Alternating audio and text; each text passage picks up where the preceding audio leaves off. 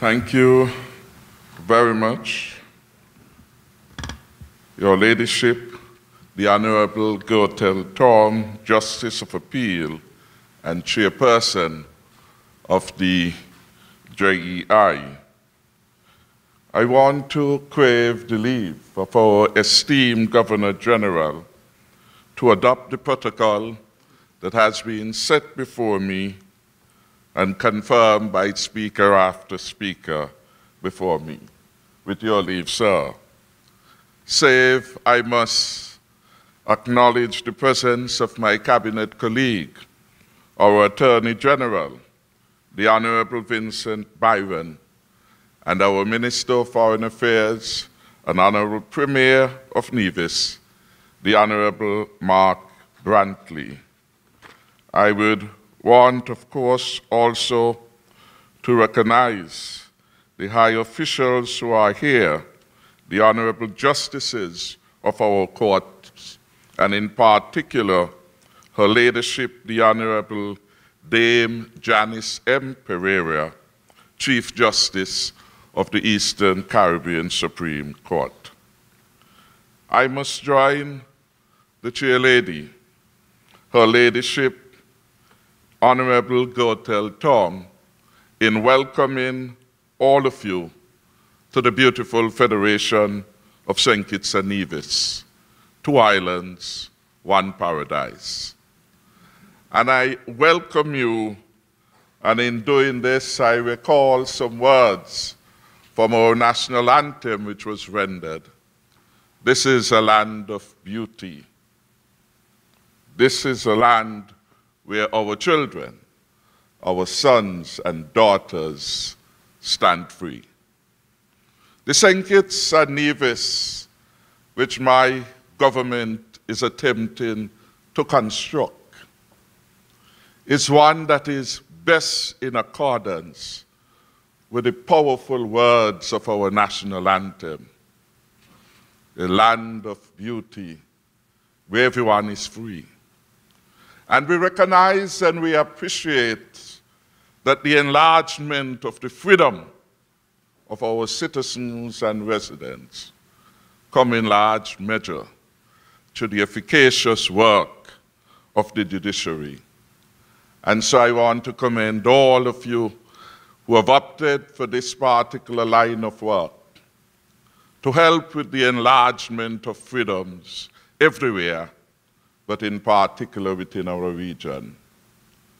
And I reflect on the remarks by Dr. Green, and he spoke to the issue of HIV/AIDS, a relatively new area for which PANCAP and all the other health agencies are interested in seeing a redoing, a revision, a creation of new legislation to deal with this particular matter, once taboo within our region and in the world, one which we have confronted within the region and have made significant success.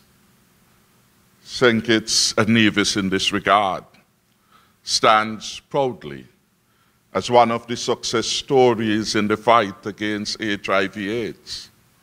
Perhaps it was maybe 2 years ago in this very hotel, the Marriott Hotel, that it was announced that St. Kitts and Nevis was among the first of the countries within the region, save for Cuba, that had totally eliminated mother-to-child transmission of HIV/AIDS. Let's give our health practitioners a round of applause. So we are proud of that. And we really want to consecrate the future of health access and delivery within the Federation of St. Kitts and Nevis. Again, St. Kitts and Nevis has always gone further and faster than most countries within the region, not just with respect to health, opening it up, freeing it up, if you will, but also with respect to education. Long before Trinidad and Tobago, for example, would boast of open access to all to secondary education, St. Kitts and Nevis had done that way back in the 1970s, started that Grand March. So we have a history of being in leadership, and we want to preserve that rich legacy. And as I said that, another thought just came to mind, that recently, as happened last year in 2018, when the performance of St. Kitts and Nevis and the question of justice, the rule of law, was being evaluated by independent persons, 100, plus countries, maybe 170, if my memory serves me well. St. Kitts and Nevis was the best performing country within the OECS region. This, of course, is a tribute to the work of our judiciary, our governments, and all our people within the sub-region. Let's give St. Kitts and Nevis a round of applause. Not only were we #1 within the sub-region, but we also rank better than most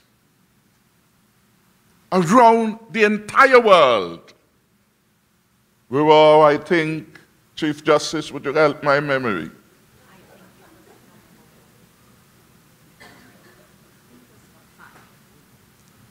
She told me 5, but we will research it. The truth is that we were an above average performer and a critical area of rule of law across some 8 indicators. We were holding our own against some of the more powerful countries all over the world. So justice matters to us in St. Kitts and Nevis, and we will always be supportive of the endeavors of the judiciary and the people to expand and improve upon their work. As we come today in this special educational session to discuss perhaps how we can better enhance the work of the judiciary as a whole, you have the fullest support of the government and people of St. Kitts and Nevis. And indeed, her leadership and chairperson has done a sterling job in this field of promoting and supporting judicial education within our sub-region, and I want us to commend the work of her ladyship, Justice Storm, in this particular area. Could we give her a round of applause? And she has invited me to consider upping our contribution to this particular education project. And I commit that we will put before the Estimates Committee a 100% increase in our contribution to this particular matter. So again, I want to welcome all of you to our beautiful country and to hope that you will have many memorable experiences while here. I reflect on some of the conversations in another life I have had with a good friend then. Now he's somewhat far. He's now elevated to be a justice of the court. And I speak of him then as the Honorable Mario Mitchell, who was Minister of Education for St. Lucia. And we had several sessions he had an excellent leadership in education. And I recall that we discussed very passionately issues of how we are going to improve and the quality of teaching, delivery, content, and relevance within the sub-region. I am certain that some of those values and principles are going to be germane to the conversation here today. But there was the important notion, put then near to me, that part of learning involves an element of unlearning, and learning habits and practices that are no longer conducive to the appropriate delivery of education then, and for now, we say law and order and justice. Many of the values that have conditioned our practice, the philosophical underpinnings of our society, some have evolved over time, and the judiciary, of course, must be able to deal with these new and evolving issues if it's going to be relevant. And if in large measure the notion of justice, which we ordinary people have, sometimes the justice which we seek after, and the justice we think that has been delivered, they are not in conformity. There's dissonance. And part of these sometimes may come from the changing environment in which we are having to deal and to address issues. Some of them new, like the issue which Dr. Green has raised for contemplation, not just by the judiciary, but members of our legislature. Thank you again for choosing St. Kitts at Nevis, and you could always count upon the support of the Team Unity Administration, which I have the privilege to lead. May I very quickly now go to my briefly to my prepared text. I confess that I had digressed from it. And in that regard, allow me to bid particular welcome to our guests, in particular, the Honorable Justice Adrian Saunders, advised, and other members of the CCJ, justices of our courts, and of course, all our guest speakers who have been well chosen for today's deliberation. And I would also like to thank the Judicial Education Institute for its support and for making this conference possible. And in that vein, I compliment the efforts of the administration of justice as it continues to promote continuing legal education.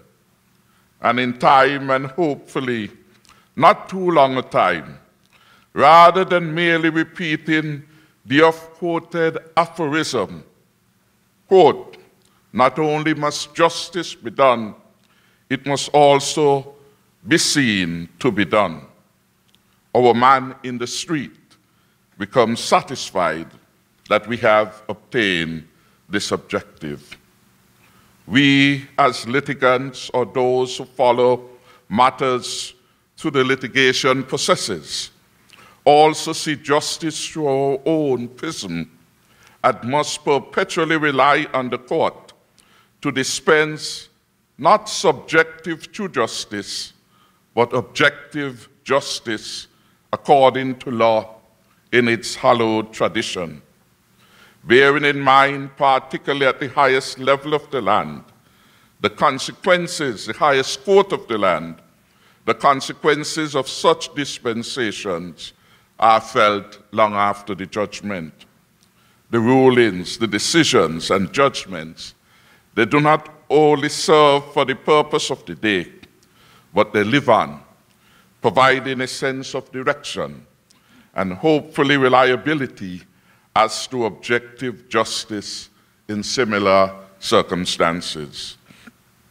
When in doubt, it is the court that will continually remind us of the purpose, and there are many, to justify the separation of powers, while at the same time being an arm of government. The dual role of the court must never be underestimated. It must remain independent on the one hand and serve as a check on the executive and legislature when called upon to do so. On the independence of the judiciary in the constitutional structure, it was Alexander Hamilton, writing in the Federalist, number 78, who emphasized the following, quote, "There is no liberty if the power of judging be not separated from the legislative and executive powers. Liberty can have nothing to fear from the judiciary alone, but would have everything to fear from its union with either of the other departments." And continuing, it was Woodrow Wilson who wrote, "The struggle for constitutional government is a struggle for good laws. Indeed, it is also a struggle for intelligent, independent, and impartial courts. In short, as government moves forward, occurrences of conflict will be minimized if its three branches, the executive, the legislature, and the judiciary, while satisfying separate and unique constitutional responsibilities, stay in their respective lanes. I am grateful for this opportunity to express my praise for the work of the judiciary here and within the wider region, and to thank you for what you do and how you contribute to our society. I am no judge, so I've been advised that the business of judging is a tough job that not only requires knowledge, but wisdom and good judgment. You, after all, spend the better part of your days endeavoring to do that which everyone else tries their best to avoid, making decisions on hard questions, and sometimes must balance individual interests against the common good. You have enormous responsibilities. You work in stressful environments like the Prime Minister and his cabinet. And not only do you have limited time to render justice to all, but as judges, our society demands certain projections and images consistent with your offices that can only lead to a high level of conscious isolation on your part. A minister of government, and indeed our Governor General, although not recommended for him, can attend a wedding and perhaps have one glass of wine too many. Society will probably be forgiven, and the matter ends there. For a judge, the situation could be very different. This is part of the giving and self-sacrifice that go with the high and well-respected offices that you hold. I am told, too, that judging can be a tedious task, one that is largely thankless. Whoever wins the case will thank the attorney, and whoever loses will blame the judge, sometimes with encouragement from their attorney. Whatever your experiences, please know that we do not take you for granted here in St. Kitts and Nevis. And as a government steeped in the rule of law, we will always be predisposed to assist where we can. On behalf of my government, I thank you for the tireless efforts that you commit to the service of our countries and the region, to transform them into a proud and just region, and a spark that gives light to other regions. Just as the regional court model for the Eastern Caribbean Supreme Court became an important consideration for other regional courts, to the same extent, we are proud that some of the decisions of our Eastern Caribbean Supreme Court and our Caribbean Court of Justice are receiving honorable mentions and citations in other Commonwealth jurisdictions. This makes your efforts worthwhile and give us reasons to be proud of what we have achieved, and inspire us to achieve more. Your judgments survive beyond individual cases. They are pondered, scrutinized, and applied for years to come. They reveal far more than the resolution of competing interests, and they tell of their author's own commitment to justice, to liberty, and the rule of law.